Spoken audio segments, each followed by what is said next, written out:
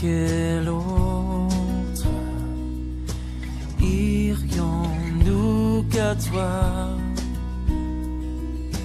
Tu as les paroles de la vie éternelle, et nous avons cru, et nous avons connu. Bonjour à tous, bonjour à vous chers internautes. Je suis heureuse de vous retrouver encore en ce jour pour une nouvelle question dans l'émission Une question m'intrigue. Alors aujourd'hui on va parler de la prière et on a une question, on nous demande, on nous dit, on dit que la prière est un dialogue et non un monologue. Mais qu'est-ce que ça signifie au fait? Voilà. Alors, la prière, déjà, il faut savoir que la prière dans la Bible a plusieurs significations. Le mot prier est dans la Bible, dans tous les passages que la Bible le mentionne, toutes les fois où on parle de prier, prière, vraiment, dans le sens grec, latin et hébreu, il y a beaucoup de significations. Donc, tantôt, ça peut signifier souhaiter, tantôt, ça peut signifier se faire entendre, tantôt, ça peut signifier mendier, tantôt, ça peut signifier parler, tantôt, ça peut signifier crier, larmoyer, tantôt, ça peut signifier soupirer, tantôt, ça peut signifier pleurer, tantôt ça peut signifier exprimer un besoin, tantôt ça peut signifier se faire entendre, tantôt ça peut signifier faire un dialogue, tantôt ça peut signifier répandre son âme devant Dieu. Donc on voit vraiment que à chaque fois qu'on mentionne ce mot, il y a un sens qui est donné à ce mot. Donc dans certains versets, parfois, quand vous voyez le mot prière, il est là question soit de mendier, ou alors quand vous voyez le mot prière, il est là question d'exprimer un besoin ou de pleurer. Ou vraiment, les sens sont divers. Et par rapport à ces différentes attitudes, ça nous montre encore combien, au fait, la prière, c'est vraiment parler avec notre cœur à Dieu. On exprime notre cœur à Dieu, l'état de notre cœur, on lui parle vraiment d'une manière sincère, comment est notre cœur, on lui répond, on n'a pas honte devant lui, on s'exprime vraiment, et c'est ça qui est prié au fait.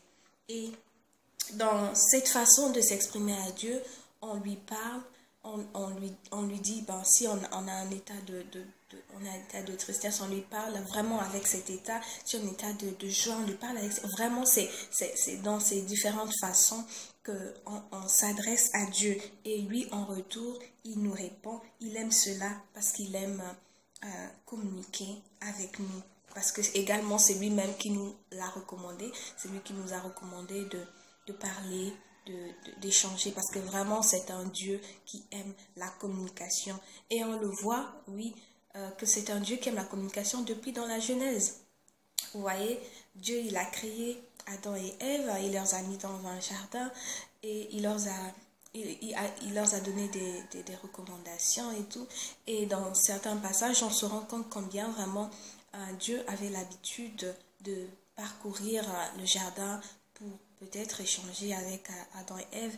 Mais par exemple, lorsqu'on lit Genèse chapitre 3 au verset 28 qui nous dit, je vais lire Genèse 3, 8, on dit: alors ils entendirent la voix de l'Éternel Dieu qui parcourait le jardin le soir, et l'homme et la femme se cachèrent loin de la face de l'Éternel. Donc c'est un peu la première partie. Alors ils entendirent la voix de l'Éternel Dieu qui parcourait le jardin le soir. Et vraiment on voit que Adam et Ève, ils connaissaient Dieu. Ils connaissaient parce qu'apparemment la voix de Dieu ne leur était pas étrange. Et Dieu était là. J'essaie de m'imaginer Adam et Ève qui en train de marcher dans le jardin et après Dieu qui vient. En fait, j'essaie de me faire cette image et je trouve que c'était vraiment beau de pouvoir échanger ainsi directement avec Dieu. Mais malheureusement, à cause de leur désobéissance, vraiment, on a vu dans ce même verset, qu'ils se sont cachés. Et oui, maintenant, à cause du fait qu'on a péché, parce qu'on a maintenant honte, on a honte de lui parler, ils se sont cachés. Et c'est exactement la même attitude que nous avons. Nous nous cachons même quand nous péchons, on a honte. On n'a pas souvent, à la force de prier, on se dit qu'on est saint. Et oui, vraiment, le péché brise ou rend cette relation qu'on a avec Dieu. Alors que lui, il aime échanger avec nous. Et heureusement, vraiment, pour nous, que Dieu vraiment il nous aime et il nous a créés parce que c'est un Dieu qui aimerait toujours avoir une bonne relation avec nous, qui veut communiquer davantage avec nous. Il a trouvé une solution pour que on ne puisse pas être loin, qu'on puisse continuer, qu'on puisse encore reprendre cette communication, et c'est avec Jésus, parce que Jésus il a donné sa vie à la croix et son sang vraiment efface nos péchés. Son sang, grâce à son sang, on peut maintenant avoir l'accès à Dieu, on peut lui parler avec assurance, librement, et vraiment cette communication, cette relation est restaurée en Jésus. C'est vraiment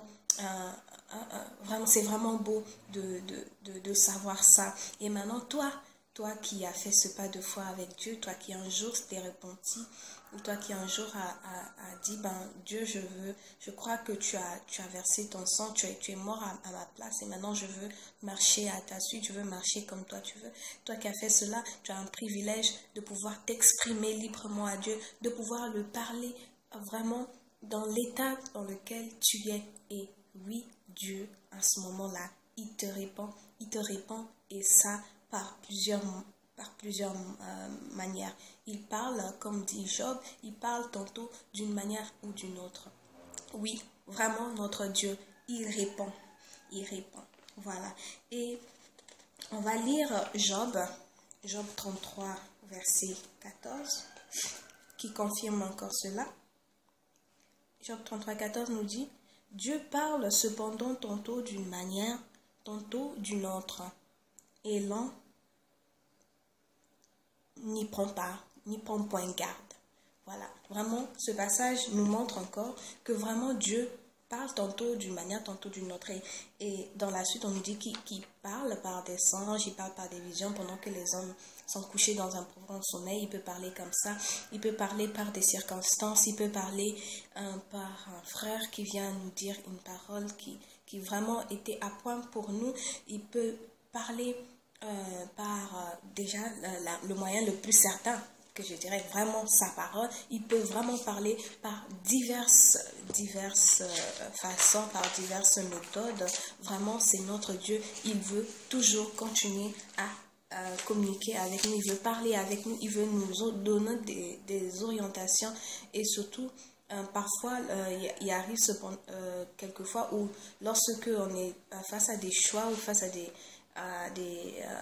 décisions à prendre, et parfois il peut parler vraiment, il peut mettre ses paroles dans notre esprit, il peut mettre ses paroles ou un verset ou une pensée vraiment dans notre cœur pour nous dire, pour nous montrer la voie à suivre. Vraiment, c'est Dieu, il n'a pas changé, c'est le même, et il veut vraiment échanger avec sa créature. Il veut vraiment avoir une relation de dialogue avec ses enfants. Donc voilà, c'est en cela que la prière, c'est un dialogue. Donc la prière, c'est un moyen, ou bien c'est la façon dont on parle à Dieu, on s'exprime à lui dans notre état, et lui, il nous répond. Et comme j'ai dit tantôt, il nous répond soit en ce moment où l'on est en train de prier, ou alors juste à la fin de notre prière, ou alors même tout au long de la journée, ou alors quand après la prière on prend un passage en ligne, et vraiment Dieu, il nous parle également, vraiment le moyen le plus sûr, par sa parole. Voilà, il nous parle, et ça c'est véritable. Alors, de manière un peu plus explicite, ce que je peux dire, c'est que, je prends un exemple. voilà, on a un moment de prière, on a un temps de prière. Et généralement, ce que les gens font, ils sont toujours pressés de finir vite et puis normal. Mais vraiment, il faut être concentré, il faut vraiment parler à Dieu de manière sincère, ne pas être toujours pressé, même de finir rapidement sa prière. Et voilà,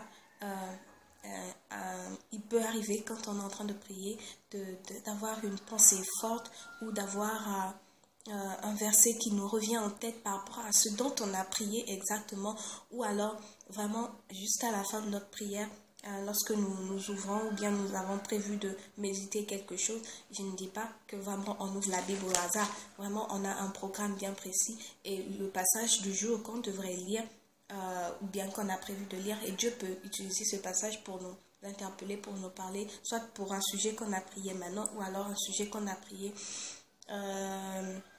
il y a bien longtemps, ou il y a une semaine, il y a un mois, il y a une année. Mais vraiment, Dieu, il nous parle et après la lecture de sa parole. Et aussi, parfois, il peut se passer que Dieu peut mettre un chant dans notre pensée, dans notre esprit. Et par ce moyen également, il peut choisir de nous rassurer ou de nous dire quelque chose. Et là, par exemple, je me rappelle, il y avait une fois, je priais Dieu parce que j'étais inquiète par rapport à une situation dans la famille. Et voilà, il y avait toute la journée un chant qui me revenait à chaque fois en tête, Boulen Raga, le chant qui dit Boulen Raga. Et au fait, a priori, je ne connaissais pas encore la signification de ce mot qui est en Wolof, mais après, je faisais que chanter ce chant et j'ai vu une sœur qui comprenait le Wolof et dit, mais vraiment je chante ce chant, est-ce que tu peux me donner la signification? Parce que je chante les paroles, mais j'aimerais vraiment comprendre. Et évidemment, dans les paroles de ce chant, en fait, ça nous disait que de ne pas craindre, de ne pas s'inquiéter. Et là, en traduisant ce chant, en ayant l'interprétation de ce chant, vraiment, j'ai été rassurée par rapport à la prière que j'ai fait au Seigneur ce matin-là, de ce que la situation de la famille était vraiment désastreuse. Et vraiment, c'était pour moi, pour ne pas m'inquiéter, mais pour dire que vraiment le Seigneur était là et de ne pas s'inquiéter qu'il est là. Voilà, vraiment, Dieu, il parle et vraiment, il parle. Et il peut arriver également, d'autres, ils ont eu des visions, d'autres, ils ont eu des songes, ou alors...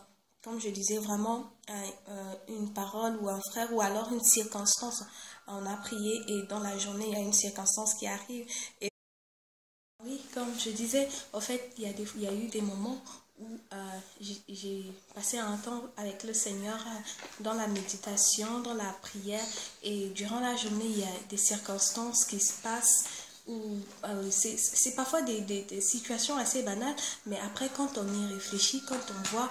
Quand j'essayais de voir un peu le sens et je me rendais compte qu'évidemment Dieu soit voulait me dire quelque chose par rapport à ce que j'avais eu à apprendre ce matin-là, ou alors Dieu voulait vraiment me faire passer en pratique ce que j'ai eu à étudier, ou alors vraiment Dieu voulait me montrer quelque chose que que je lui avais demandé, questionné encore ce matin-là.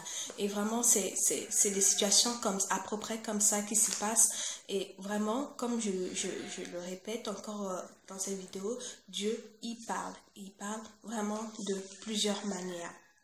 Alors, dans tout ça, j'ai dit que vraiment Dieu, parfois, il pouvait parler dans la sincérité de notre cœur. Mais il faut vraiment faire attention à ne pas toujours se dire tout ce qui nous vient dans la pensée, ça vient forcément du Seigneur. Ça peut être tout simplement nos pensées qui s'y traversent, et il faut faire attention pour ne pas faire dire à Dieu ce qu'il n'a pas dit. Voilà. Et dans ces cas, il faut vraiment, quand il y a une pensée qui vient dans la tête, il faut vraiment discerner et se référer par rapport à des versets bibliques qui parlent de la même chose. Est-ce que c'est vraiment conforme, ou alors est-ce que c'est contradictoire, ou alors vraiment demander la sagesse à Dieu. Est-ce que c'est vraiment toi qui m'as répondu par rapport à une situation précise? Voilà un peu ce que je peux dire par rapport à la prière dialogue. En gros, la prière, c'est vraiment notre façon ou toutes les façons qu'on a de s'exprimer à Dieu, de nous exprimer à Dieu. Et Dieu, il aime cela, il aime communiquer avec nous. Il nous répond au travers soit en mettant une pensée dans notre cœur, soit en nous parlant par sa parole, immédiatement après la prière, ou alors tout au long de la journée par des visions. Voilà, et donc bien d'autres moyens qu'il aura choisis. Donc, pour toi qui un jour a donné ta vie au Seigneur, qui un jour t'es repenti et qui a décidé de marcher à la suite de Jésus, désormais, sache que ta relation avec Dieu a été restaurée et donc la communication avec lui a été restaurée. Tu peux donc parler avec lui de manière sincère, avec assurance, de ne pas se culpabiliser ou de ne pas avoir honte de lui. Tu peux t'exprimer. Voilà. Et il faut donc en profiter parce que c'est un privilège. C'est un privilège qu'on a reçu. Vraiment de pouvoir nous exprimer à Dieu, il faut en profiter et Dieu aime cela. Il aime que nous puissions parler avec lui, que nous puissions échanger avec lui, nous déverser à lui, nous répondre nos cœurs à lui. Et vraiment, il nous répond. Et il nous répond vraiment. Et à nous d'être attentifs, de ne pas laisser tous les bruits de la vie nous distraire, mais vraiment d'être attentifs à l'écoute du Seigneur. Voilà, je vais m'arrêter là pour aujourd'hui et nous allons revenir prochainement pour une autre question. Voilà, à bientôt. Merci.